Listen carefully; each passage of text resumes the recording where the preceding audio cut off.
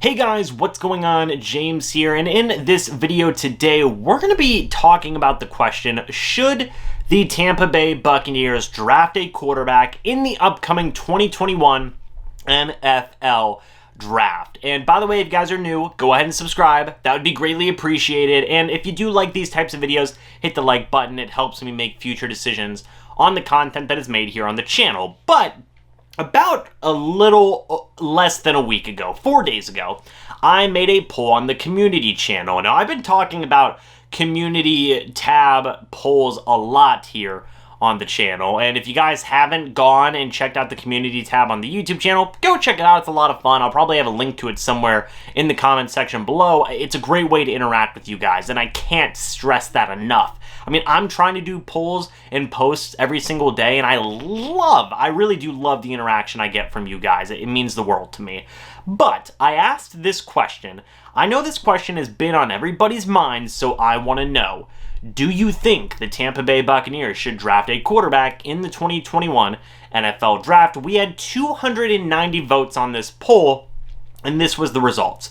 41% said no, and 59% said yes. So there was honestly a pretty healthy split there in terms of not drafting a quarterback versus drafting a quarterback. And it's not like I said in the first round. Again, the question was, should just draft a quarterback in the 2021 NFL Draft. That could be anywhere. And if you guys have been paying attention to my mock drafts, I've had the Tampa Bay Buccaneers taking a quarterback anywhere and everywhere. I mean, it's been a lot of fun. I've had in the second round, third round, fourth round, I think the fifth round at some point. The seventh round, I definitely know.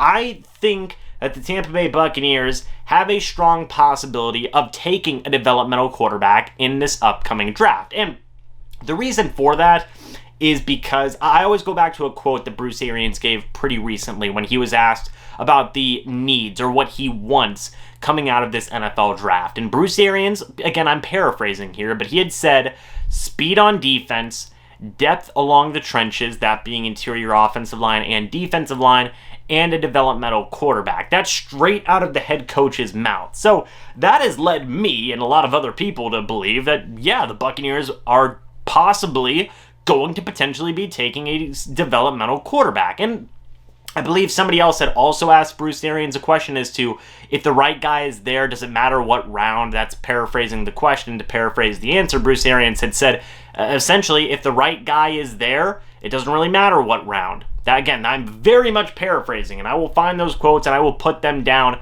in the comment section below. But the point is it doesn't matter what round.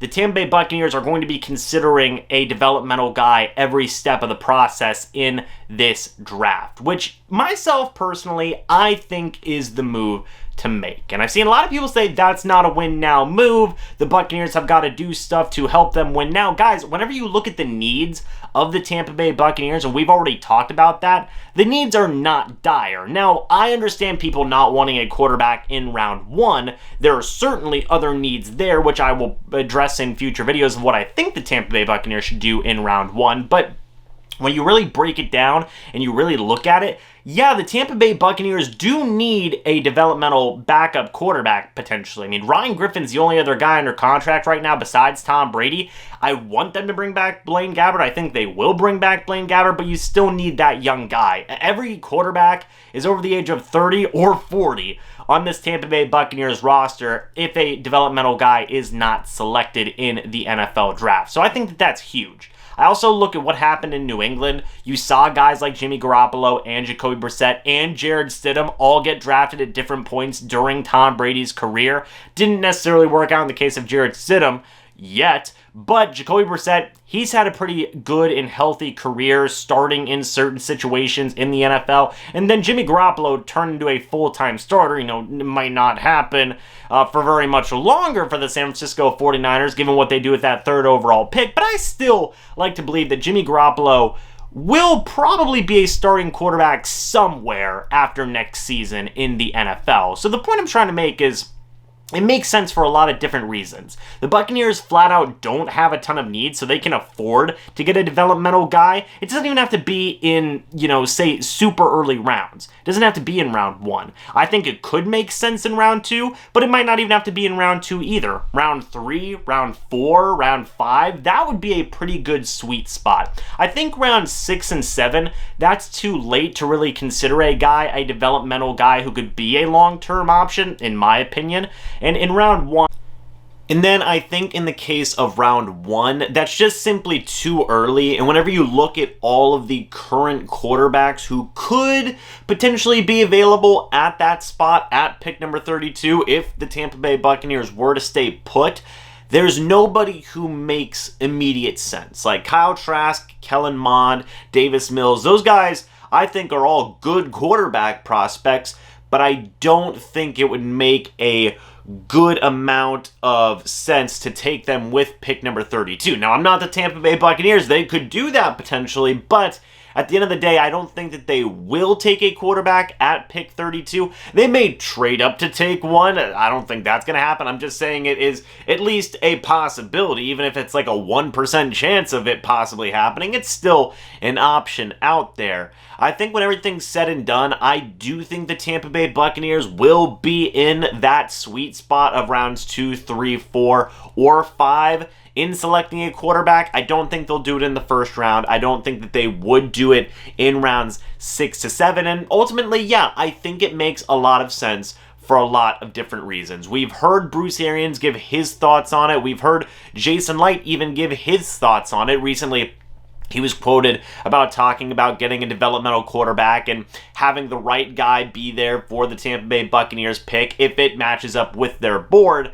And I would think that the Tampa Bay Buccaneers will be invested in meeting some of these quarterbacks, deciding on what they want to do for the future, because you want to have sustained success even after Tom Brady. It's going to be a great couple of years, but you got to have a plan after that, of course. Every NFL team has to have a plan at their quarterback position for the potential long term, and I think the Buccaneers are no different, and I think that they should look to invest in a developmental guy. He would come into a great system with a great amount of quality people to help him along his way in the first couple of years. He doesn't have to get thrown into the fire right away. The Buccaneers are in such a unique situation compared to other teams who are seeking their potential franchise-esque quarterback.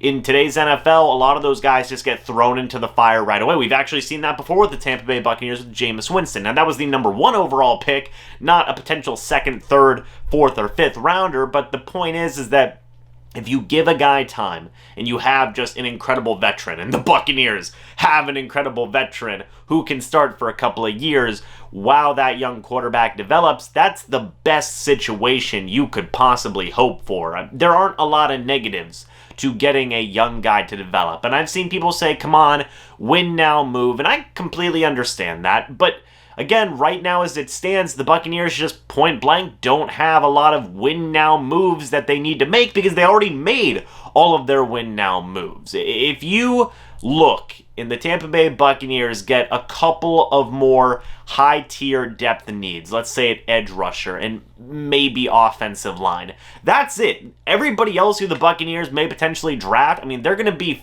4th stringers, 3rd stringers, 5th stringers, whatever it may be.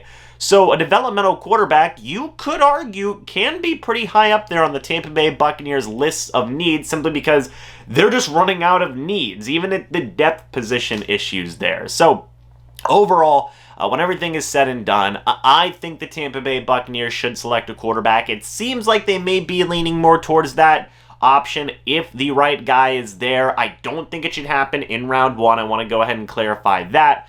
But I do think it should happen at some point in the middle rounds, which, by the way, Jason Licht's a phenomenal drafter in the middle rounds. We've seen this time and time again. In rounds 2 to 4, he's pretty much knockout. So if the Buccaneers do get a quarterback in rounds 2 to 4, I would be pretty darn confident about that quarterback's overall ability. And I like a lot of the quarterbacks in this draft, by the way. Some of the guys that I mentioned, Kellen Mond, Davis Mills, Kyle Trask, these are some of the guys that the Buccaneers could consider in those middle rounds. But guys, what do you think? And Jamie Newman as well. Can't forget about Jamie Newman. I'm a big fan of his. But anyway, guys, what do you think about all of this? Do you think the Tampa Bay Buccaneers should draft a quarterback? Leave me your thoughts down in the comments section below. Again, thank you to everybody who participated in that poll. And go ahead and check out the community tab. If you're new, go ahead and subscribe. And if you did like this video, hit that like button. But anyway, guys, thanks so much for watching this video. Hope you all enjoyed, and I will see you all in the next video or the next live stream. But until then, and as always, guys, goodbye for now, and go Bucs.